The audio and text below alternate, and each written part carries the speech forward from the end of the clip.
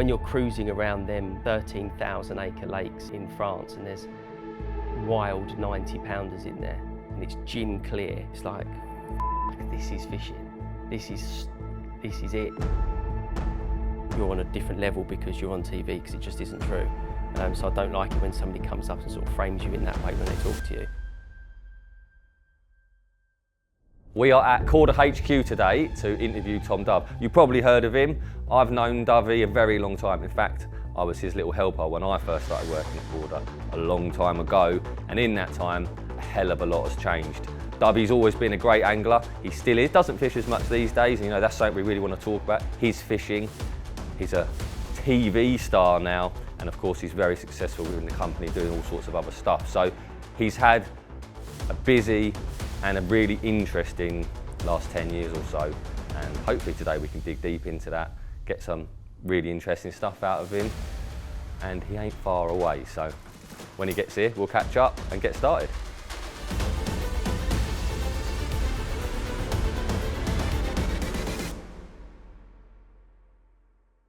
I put, you know the AdBlue things?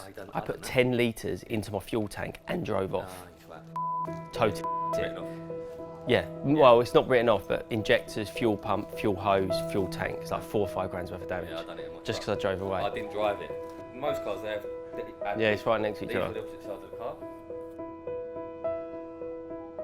Runs on that quite happily. Yeah. Yeah, but you can't do that forever though, can you?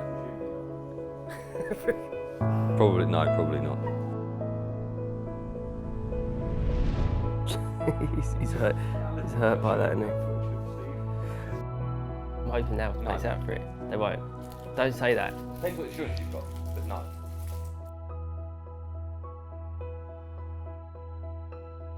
Side of it too much and forgetting something else, like not getting cachets. I and saw a stuff like photo and the other day, I can't remember what it was, like it may have been something around the road lake shoot, and I just saw Fordy's hat and thought that's Fordy. that. Yeah. Yeah. Still got the same hat. Yeah, he still wears the same shoes and everything. Does he? Might have been the shoes. I think it was a hat though. Mm.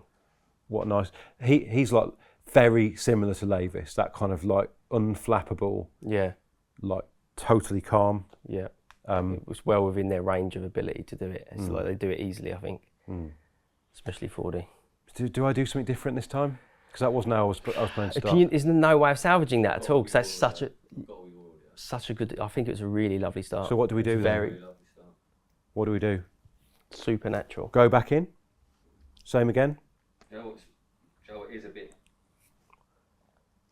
One thing we could do is just get your questions again. I know it sounds fucking. I can't remember what they were though. Just tell you. And pick up from where? Just keep Dovey's chat. Just Well, yeah, we've got a single of me, so it's easy. Yeah, but I cross-talked, mate. Let's just fucking go again. And what we can salvage, we'll salvage. I'll try and do it again. Can you hear Richard? Yeah. Can you hear me? Yeah. You'll have top mics, won't you? No. You haven't got any top mics. No, because they're the mic. You've got to unplug the jack. There's only one jack Right. Okay. socket. Right, let's do it. Okay. Yeah, because we had all the pre-roll stuff, didn't we? Yeah, it's really nice. Should I address the fact that we've?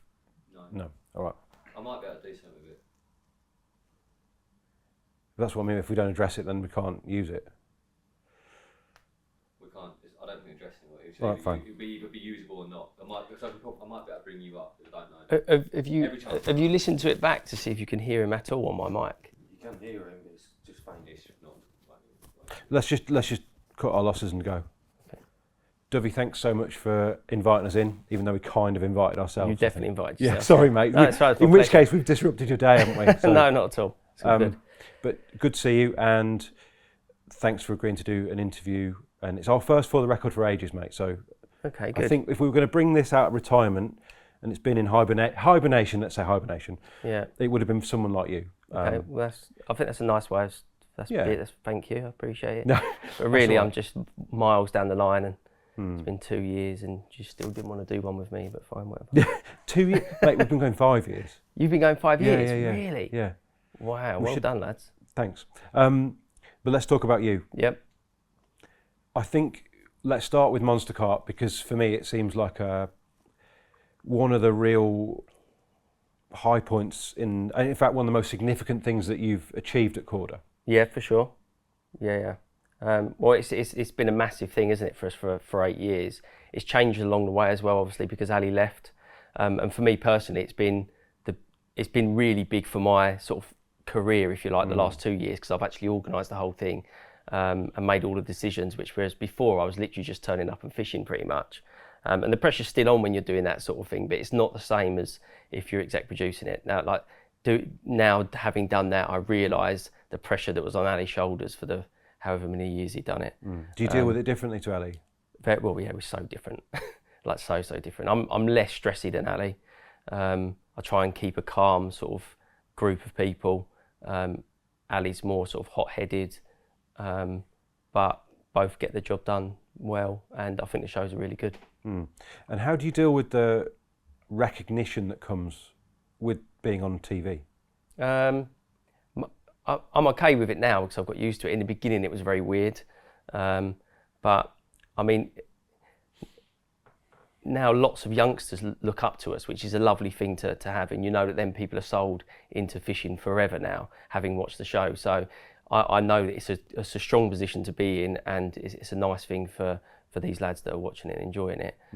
But yeah, I think it's weird if people are putting you on a pedestal because you're on TV, and I don't like the way they sort of frame you when they come up to speak to you like that. But if they want to come up and have a chat, then no, all good. Isn't it well worth the trade-off though, that they do think you're on a different level just to leverage the kind of influence for good that you can have because of that? Yes. Yeah, I think that we're doing it. I know we're doing a good thing. And yeah, I would rather myself in that position knowing that we can definitely do a good job of showing fishing in a good light than somebody that might not. Especially carp fishing. Like carp fishing on terrestrial TV is a massive thing, isn't it? And I think 2.6 million people watched it last year, which is an awful lot of people, which obviously gets you out there to more people than just anglers. And that's a good thing for fishing as a whole, isn't it? I mean, you're like a YouTube fanatic, aren't you? I think self-confessed. Yeah. Like, how do you see the audience being different between the two things, the telly and the YouTube side of things? I'm not sure it's that different anymore. I think we've gone past. The whole TV being seen as something great and YouTube being seen as something easy. I think so many amazing producers are doing things on YouTube now that actually, if you succeed on YouTube, you've done something good, and it's the same as on TV. I don't. Well, if you speak to any youngsters now, they don't want to be on TV. They want to be on YouTube, and that's because they can watch whatever they want at any time, and it's forever changing. There's infinite amount of stuff on there, and actually I prefer YouTube than I do TV. There's less constraints. I mean, with all of the TV stuff, it's got to get past the commissioner that doesn't really care about fishing, doesn't really get it that much. You're having to change things to suit how ITV want to show something instead of how we would just prefer to show fishing. So it is annoying in that respect, but obviously there are still some older people that are flicking through TV and happen to start watching it. So it's something that we've had as a company that other companies don't have, that we've done for many years, and it's done us proud. But I can see the shift changing to YouTube. I just think YouTube is where it's at. Yeah, so there's this, like, I imagine it's like shrinking island of influence that telly has that isn't overlapped by YouTube, and it's getting smaller. Is that why Monster Carp won't just run and run? It won't run and run forever. No, of course, I don't think anything does anyway. Especially because of the nature of what we're doing. It's like we're going to a fishing lake and fishing for a week and trying to catch a big carp. It's like that story can't last forever. And even though we can go to lots of different places, it still gets samey. I don't think it actually gets samey too much for the people watching it, because we're only giving them 4 eps a year. But even for us, we're starting to feel jaded doing it. And I would love to do more stuff on YouTube just because we've got the freedom to go and do whatever we want. So with the whole YouTube thing, does that mean it scares you less? Because I would take comfort in this. It scares you less that we might lose a primetime slot as angling on telly at some stage? Because we've got YouTube there? Yes. Yeah, of course. It scares you less? Well, you because see- actually the TV market doesn't give angling that kind of prestige that perhaps what it once would have done. Well, because you're saying that TV is the audience is shrinking. Yes. We've got YouTube there, so it scares me less taking it off of TV. Yes. Yeah, for sure. I don't.